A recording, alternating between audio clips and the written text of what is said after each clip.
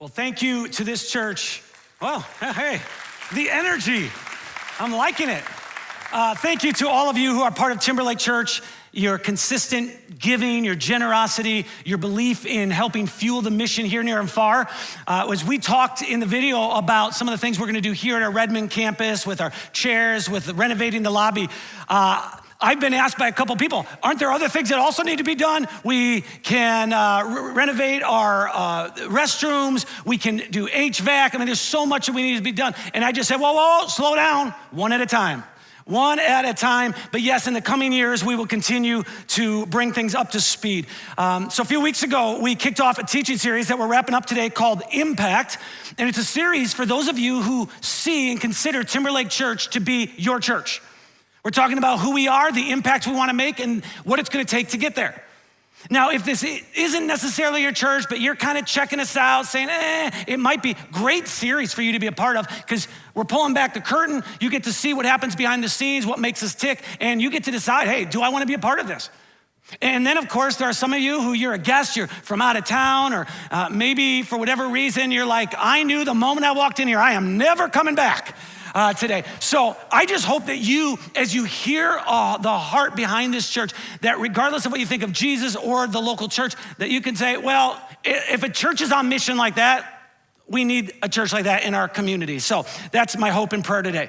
Last October, there was a young man named Kieran living in New York City. He looked out his window, saw large flames coming out of an apartment complex across the street.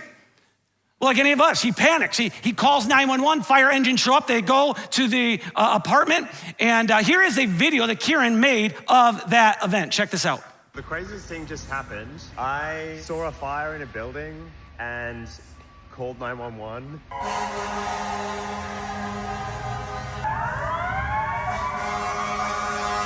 But it turns out it was just a 8-foot TV with a Yule log on it. So I ran down, I was like, this is what I saw. And they're like, yeah, bro, it was a Yule log. What are you doing? He says 8-foot TV with the Yule log. Now, it wasn't an 8-foot TV, but it was a large screen TV. And you can understand from his perspective why that looked like a fire. I mean, we just had a Yule log fire burning in the background today. You could understand why from the right angle, right perspective, you would say, we've got a problem. And all of us have experienced times in life that are like this, where we've seen something from a certain perspective, we've heard something at the right time, right? We felt something, and it led us to believe something to be other than it was. Well, I've invested 3 decades of my life into working in the local church, and I can tell you with certainty that there are a lot of entities that look like churches, feel like churches, appear to be churches, but they are not actually churches. Growing up, my idea of church was that it was a building. And we had this little phrase, I know there's 2 different ways of doing it, but the phrase we would have was actually a question like, here's a church, here's a steeple, open the doors, and then we'd ask the question, where's all the people? Well, across the street, there is a bar, open the doors, there they all are, right? That was our little way. I know some of you had the people from the beginning, but here's the deal. Church isn't a building, it's not a place, not a social club, not an event, not a service provider, none of those things. At its core, the church is a movement. It's a movement of ordinary people from all types of demographics, backgrounds, ideologies, political views, and backgrounds who've been brought together under the banner of Jesus. That's what the church is. So it's not an institution, not a liturgy, not a tradition. It is a movement. And it's a movement that started out with just a handful of people in the first century in a place called Judea. Now, Judea was just a small little part of the Roman Empire. It's just one of the provinces. And it was here that this movement took off. And since starting with just a handful of people, it has grown to impact every social class, ethnicity, and geographical region around the planet. Today, there are more than 2 billion people who pledge their allegiance to Jesus and are part of his church. And what's fascinating to me is Jesus predicted this would happen. 2,000 years ago, he's standing in front of his closest 12 disciples, and here's what he says to them. He says, I will build my church, and all the powers of hell will not conquer it. And as we look back over the past 2,000 years, it's absolutely sobering to see how in every generation and every culture, Jesus has been making good on his promise. He's been building his church. Nothing has stopped it. Persecution hasn't stopped it. Hypocrisy hasn't stopped it. Bad theology hasn't stopped it. Poor teaching hasn't stopped it. Scandals haven't stopped it. Advancements in science and technology have not stopped it. For 2,000 years, nothing has been able to stop Jesus from building his church and advancing his kingdom around the world. Even poorly executed nativity scenes, cheesy Christian music, right, has not been able to stop it. And what makes it even more fascinating is that in order to build his church, Jesus has not primarily used mass advertisement or social media or political systems or podcasts or even large-scale miracles that would make it undeniable there's a God who exists and he is all-powerful. Instead, what God has done is in his sovereignty and his wisdom, he's chosen to build his church with flawed individuals like you and me. God is determined to build his church with flawed individuals. He's determined to build it with broken people. And we know this because all we need to do is look back throughout history. He's used liars and skeptics, adulterers and outcasts. He's used people who are impulsive. He's used people who are passive. He's used cowards. He's used individuals battling all types of insecurity. He's used people who have a reputation for being traitors. He's used those who say, I'm inexperienced, I'm unqualified. And it doesn't even make sense. And the Apostle Paul, in one of his first century letters, writes to followers of Jesus, and he calls this out. Let me read a paraphrase translation of what Paul writes to followers of Jesus. He says, take a good look, friends, at who you were when you got called into this life. I don't see many of the brightest and the best among you, not many influential, not many from high society families. Isn't it obvious that God deliberately chose men and women that the culture overlooks and exploits and abuses, chose these nobodies to expose the hollow pretensions of the somebodies? He says that makes it quite clear that none of you can get by with blowing your own horn before God. This is hilarious. Paul says, I'm looking at the people God uses and I don't get it. As I look at this church today, I kind of resonate with what Paul wrote. Right? Our church, just like every church, is filled with people whose lives are broken and flawed and messy. This is why it's easy to find flaws in any church. If you haven't found any at Timberlake Church, it's because it's your first time here. Or you haven't met Pastor Lance. It's one of the two, right? But messy people make great churches. This is why God uses messy people. They make great churches if they embrace their messiness, if they acknowledge their faults, if they say, this has nothing to do with us, and they link arms and say, it's all about Jesus. We are definitely dependent on Jesus. We could not do this without Jesus. It is all for him, about him, through him, and to him. And for 2,000 years, Jesus has been bringing messy people, dysfunctional people together to form local churches and then using those churches to bring a message of hope, healing, and forgiveness into their communities and into the world. And this is why the mission of every church, regardless of how you phrase it, we've revisited this every week of the series, the mission of every church is to help people find and follow Jesus. It's not just to present great music. We do our best to do that. We do our best to have great programs for our kids and for our students. But at the end of the day, our mission is to point people to Jesus. And so God has determined to build his church with flawed individuals. And not only that, but God is determined to accomplish his plans and his purposes for this world through the local church. God looks at groups of people who are flawed. He's brought them together. He says, I'm gonna build my church through you, and then I'm gonna do a work through you. You're gonna be my hands, my feet, my mouthpiece to this world. And personally, it doesn't make sense. Because I said, I've been doing this for a long time.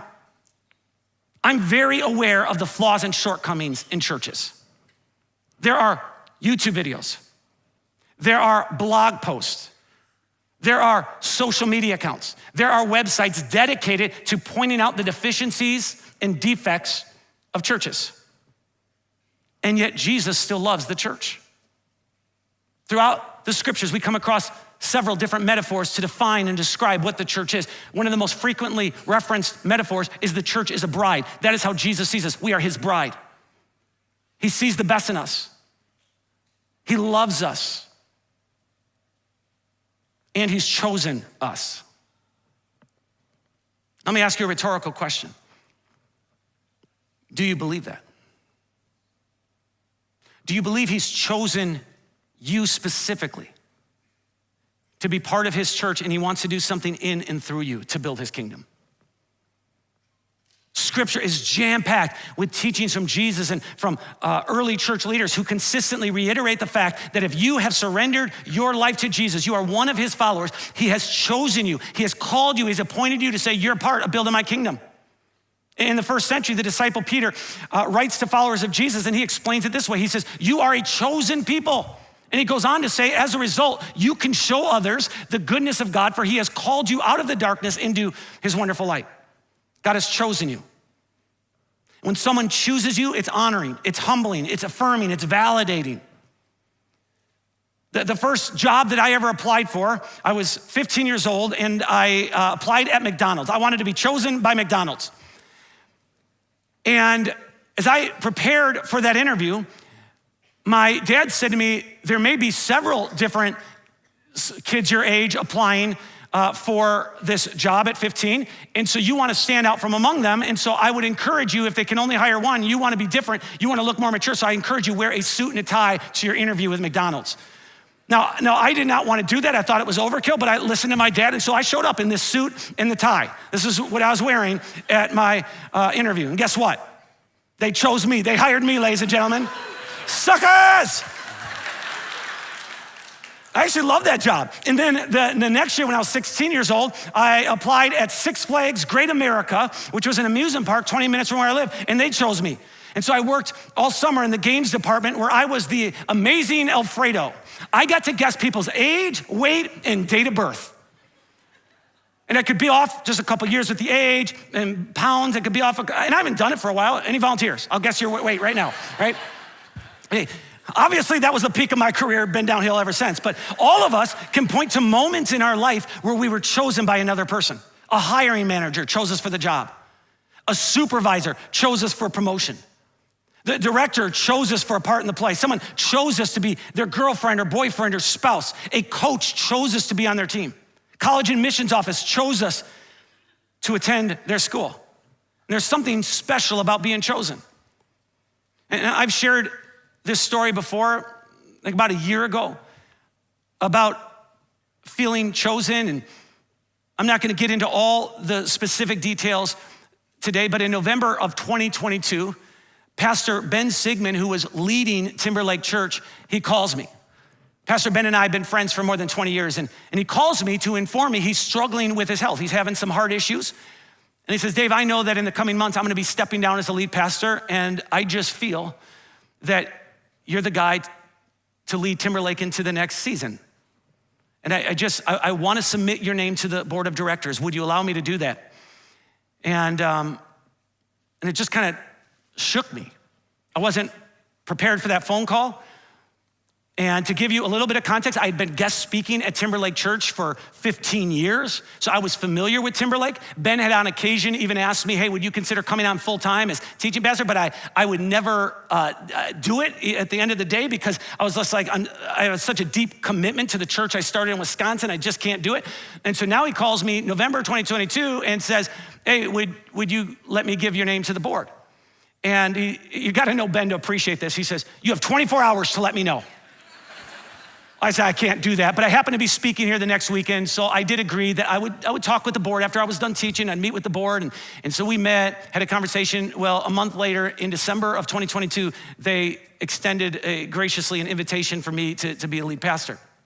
My only contingency, I did say yes, and it was so emotional. After I said yes, I literally, for the first time since my brother had been killed in Iraq 15 years earlier, it was the first time that I bawled like a baby.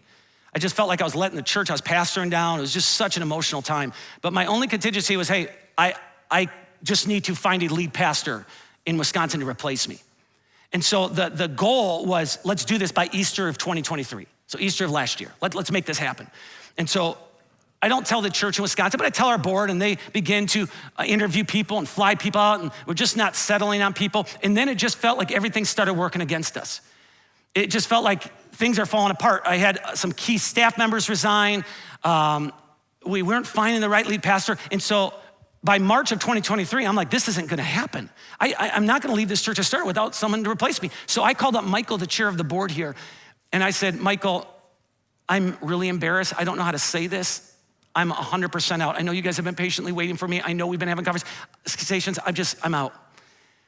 And I just walked him through what I had gone through, and I said, I don't know. I don't know what else to say. And Michael and the board were very gracious, and they were understanding. So they started aggressively moving forward to hire the next lead pastor. And they were making progress and moving down the field, and they just kind of narrowed it down. And then, this has never happened to me before in my life. It was the end of July 2023. I woke up on a Wednesday morning, and I am just shaking and overwhelmed. And I look to my wife and I say, we're supposed to be in Seattle. I feel it. I've sensed it that strong. And she goes, is God speaking to you? I said, how do you ever know? I don't know if God's speaking to me, And but restless, and there was a growing restlessness throughout the morning. I just kept feeling, I'm supposed to be there, I'm supposed to be there. And before I left to go to the office that day, I said to my wife, I said, I'm telling you, I feel this so strong that if Pastor Ben calls me today, and he says that things are starting to unfold, and they've been moving down the field, thinking they're narrowing it down, and they feel like they're back at ground zero. I'm telling you, I know I would go. God is my witness. I'm at my desk that afternoon, and Ben calls. And he says, Dave, he says, we're kind of at ground, back to the beginning of this process right now, trying to figure out what's next. Would you consider me giving your name to the board again? And I was shaking, and I just said, yes. He goes, I don't know if the board will hire you, but he'll backed out already, right? And I said, okay, but give it to them. And he said, let me be clear. If they say yes, we don't have time for you to find a lead pastor in Wisconsin, right? You need to make this decision. Well, I felt so confident at that point that I said, if after the board and I meet again, if they want to move down this route, I'm telling you, I feel this. And so sure enough, they were so gracious, after our conversation, extended again the invitation, said, no, Dave, we still would like this to happen. And so we packed up our bags and we moved here in October of last year. There was a guy on our staff who had just been there for a couple of weeks who stepped up to the interim lead pastor position. Church started growing, moving forward, and they ended up hiring him to be the lead pastor there. Of course, here at Timberlake, things have moved forward over the past year, and it's just been very, very humbling. And I share that with you because I need you to know that when I say things like, I love being your pastor, it comes from this deep sense of calling. I've never had an experience like that before in my wife. My wife and I have a very strong conviction that we're supposed to be here. And I've actually asked Rindy a couple of times over the last year, 3 or 4 times, hey, if you could get in a time machine, go back to Wisconsin, we could pastor that church, we could be around the friends we had made and our family, would you do it? And every time she says no. And then I actually sometimes go morbid on her and I said, now if I were to die, would you move back? And I kid you not, I asked her that, the last time I asked her that, she goes, I'd probably find a way to stay here, I love this church. And I realize that for some of you, that's the kind of story you'd expect from a pastor. Of course you feel called and chosen by God in this very dramatic way. But I need you to hear this. You also have been chosen by God. Even if you've never had a dramatic experience, to solidify this idea of being called, you are here for a reason. If you are a follower of Jesus, God has given you gifts and passions and experiences and resources. He's brought us together at this time in history along with other of his followers, right? And he says, I'm using you to advance my kingdom.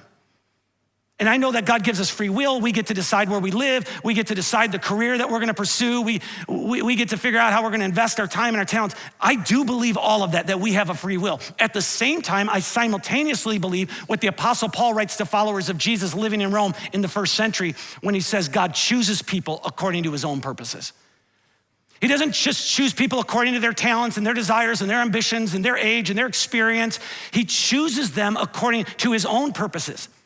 In every generation, God does this. He chooses people, he brings them together, he makes connections, and that's why there's different local churches and communities. And he says, I have good works that I planned for you long ago to do.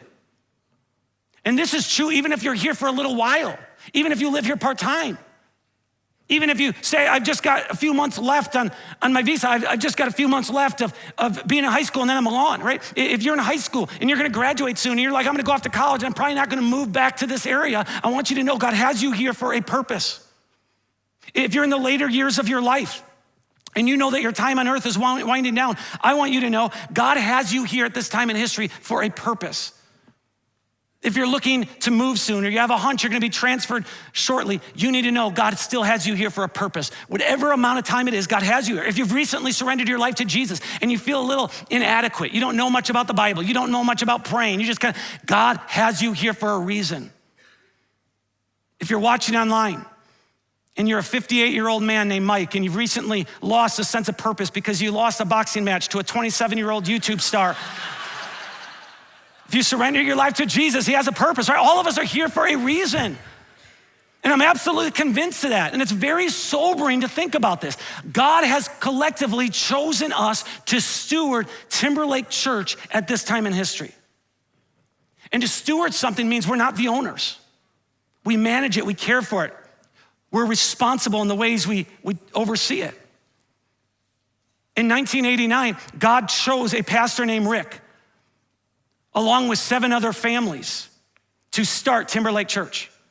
They were the initial stewards of this mission to help people find and follow Jesus. But some of these people have passed away. Some of them have moved. Some are still with us. But in every generation, God raises up people to start things and to do things, but then it just gets handed down to individuals and leaders. And that's been happening for 35 years. And today we are the stewards.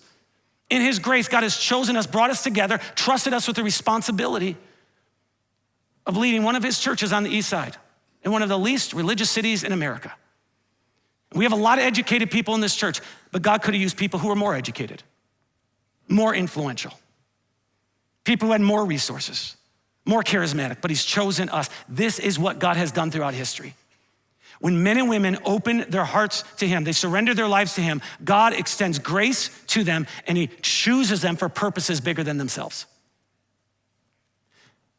Just days before he's executed, Jesus is talking with his disciples and he says to them, I'm giving you the mission. I'm handing you this mission to bring into this world.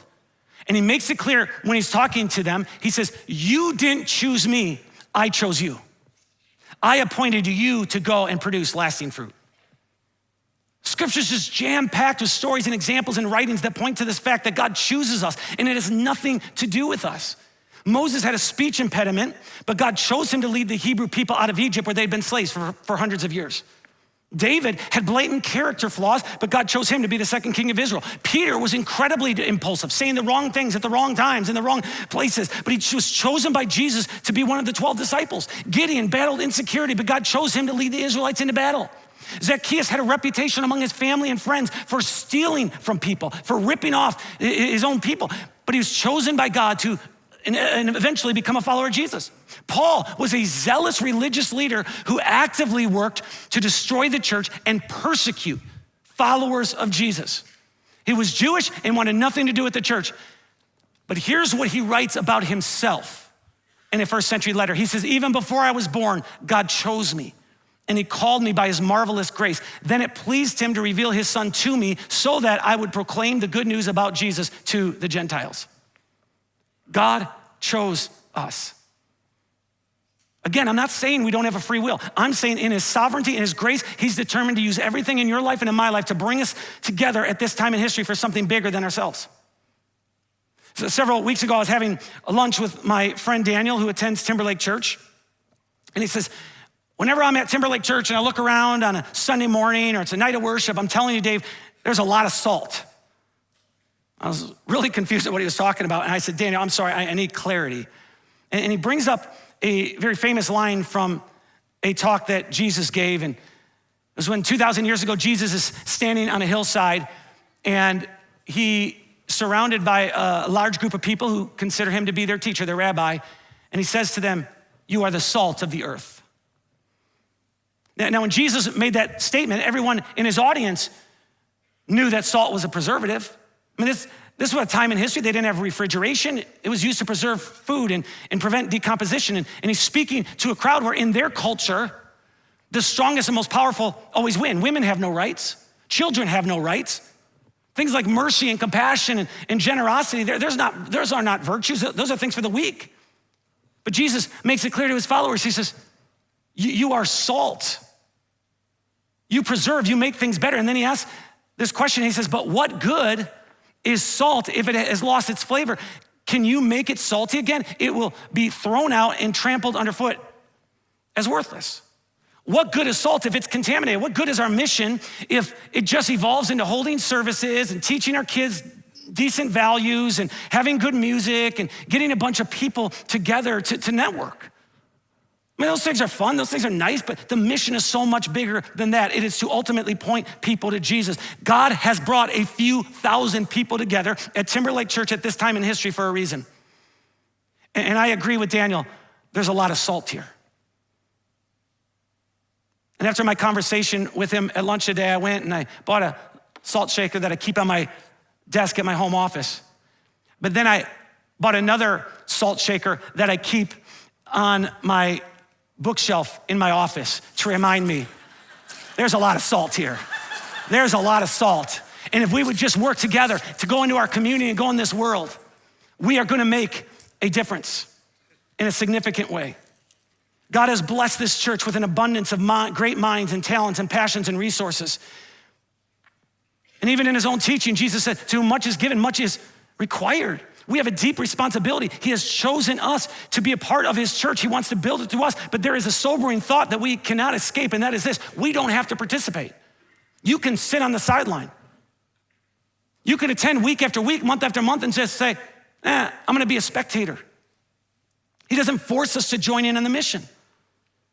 And personally, I've seen this, that most of the time when people do not get involved, the reason they choose not to get involved is because they feel inadequate.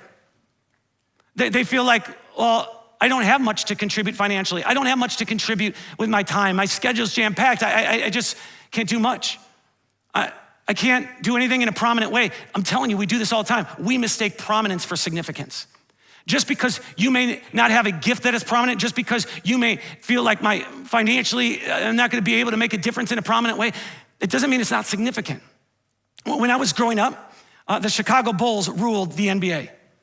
They won 6 NBA championships in the 1990s. They were unstoppable. And it was during that era, March 28th, 1990, the Chicago Bulls are playing against the Cavs. They're trying to clinch a spot in the playoffs.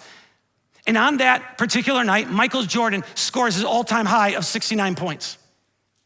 The same night, his teammate, Stacey King, who's just a rookie, scores 1 point. It was a free throw. Well, the Bulls won that night. And after the game, a reporter from the LA Times is speaking to Stacey, and he asked for his take on the game. And this is Stacey's response: I'll always remember this as the night that Michael Jordan and I combined for 70 points. I love that. We did this together. Now, the crazy thing, that point mattered, because at the end of the game, before it went into overtime, they were tied. Without that 1 point, they wouldn't have been tied. They would have lost. So that point mattered. It was in overtime that they won. Every one of us matters. And I want you to hear this. Our overall effectiveness as a church will be determined by the amount of people within our church who choose to join in. And I don't want to mislead you. Right now, we can pay our bills. We can keep doing what we're doing. We could be moving forward incrementally, but there is a vision that burns inside of me that far exceeds our budget.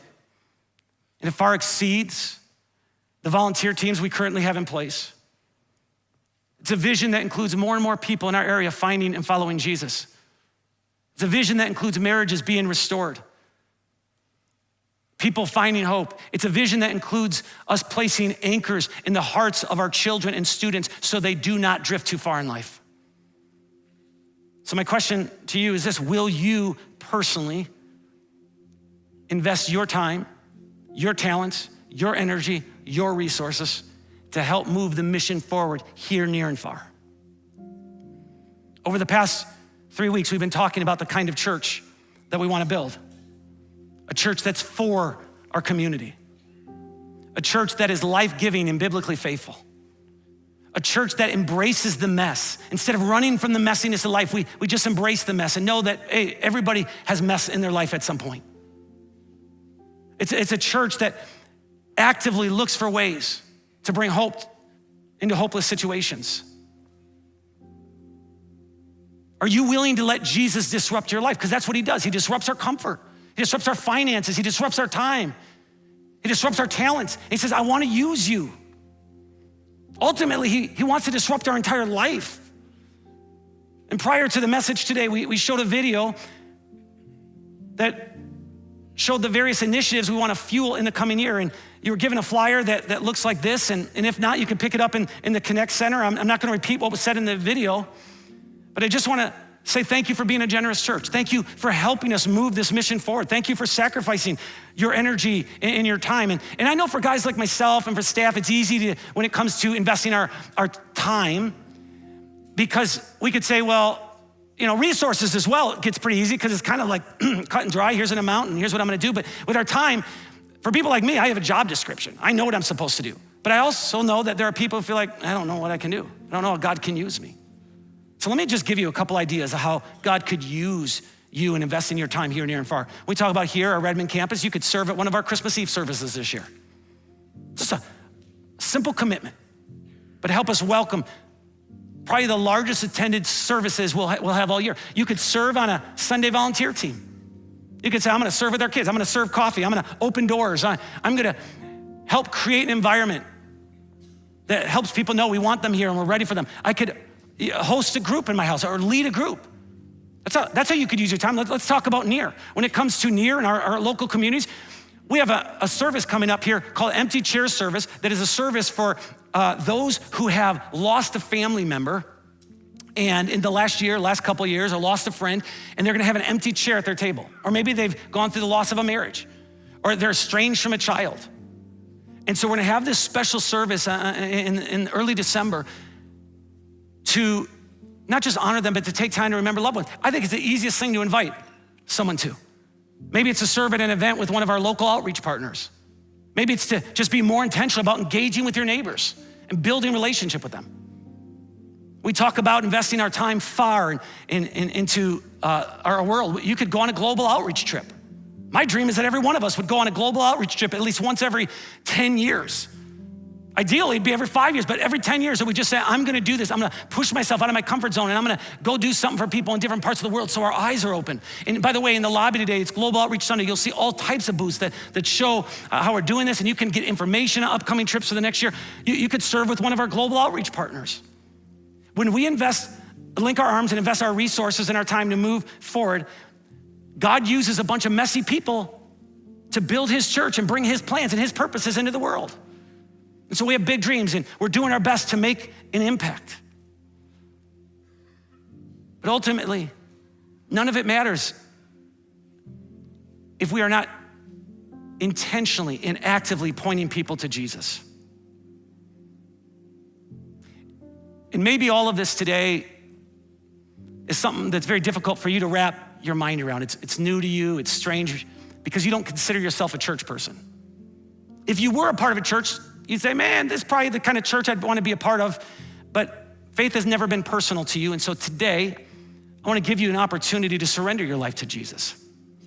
I want to invite you to allow Jesus to disrupt your life, which means you're on the throne of your life. You're in charge, you get to call the shots, but when we invite Jesus onto the throne, we're saying, I am a sinner, I am broken, I am not the best person to be leading my life. I step off the throne, I invite Jesus onto my throne. I surrender to him. I want to follow Jesus.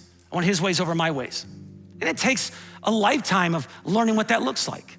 You just keep joining us, you keep participating. So in just a moment, I'm gonna pray, and I'm gonna give you that opportunity. I also wanna speak to a second group of people, and my wife is gonna join me at this time. But I wanna speak just very directly to those of you who follow Jesus. You have gifts and experiences and passions and resources, but you're sitting on the sideline. I know if I were to ask you, do you want the kind of church that I've described, the kind of church that we're trying to build in the next 10, 15, 20 years? Like, do you want to be a part? Most of you would say yes.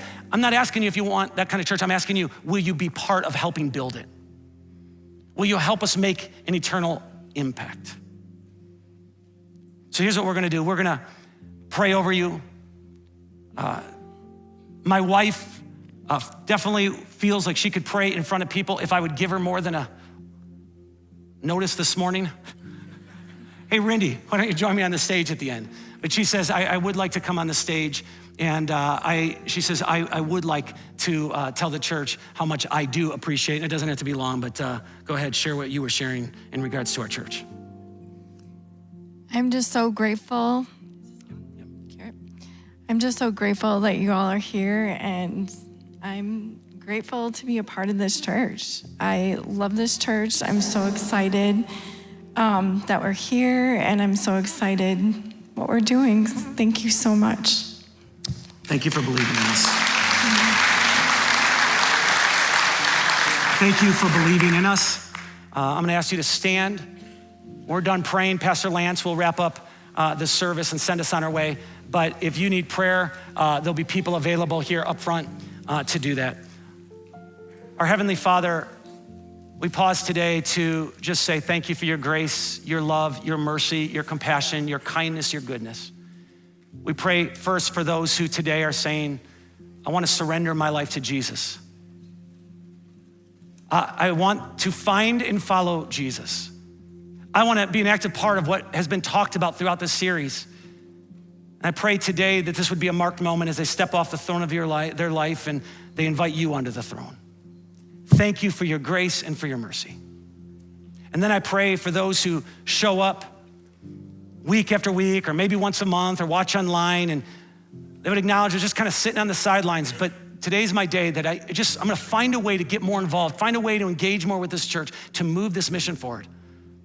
I pray, God, that as we have more and more people linking arms together, that we would be fueled by your Holy Spirit and helping more and more people find and follow Jesus. May we be a church that stays on mission and doesn't drift off course. We love you. In Jesus' name, amen.